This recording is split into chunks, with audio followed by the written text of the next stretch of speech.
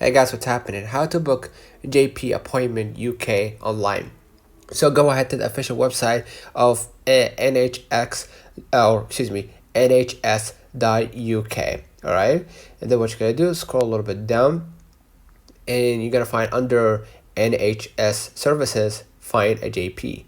So I'm gonna hit find a JP. Enter your postcode in England manually, or use your location, or authorize NHS to use your location to find a JP, right? And once you hit use your location, you're gonna find a JP, to book an appointment. If you couldn't find like a JP to book an appointment, you can of course contact them via email or their phone number. All right. So find your basically JP, book an appointment. If you can't, just reach out to them via email or phone number. So let me know in the comments if this video helped you. Don't forget to like and subscribe. See you in the next one.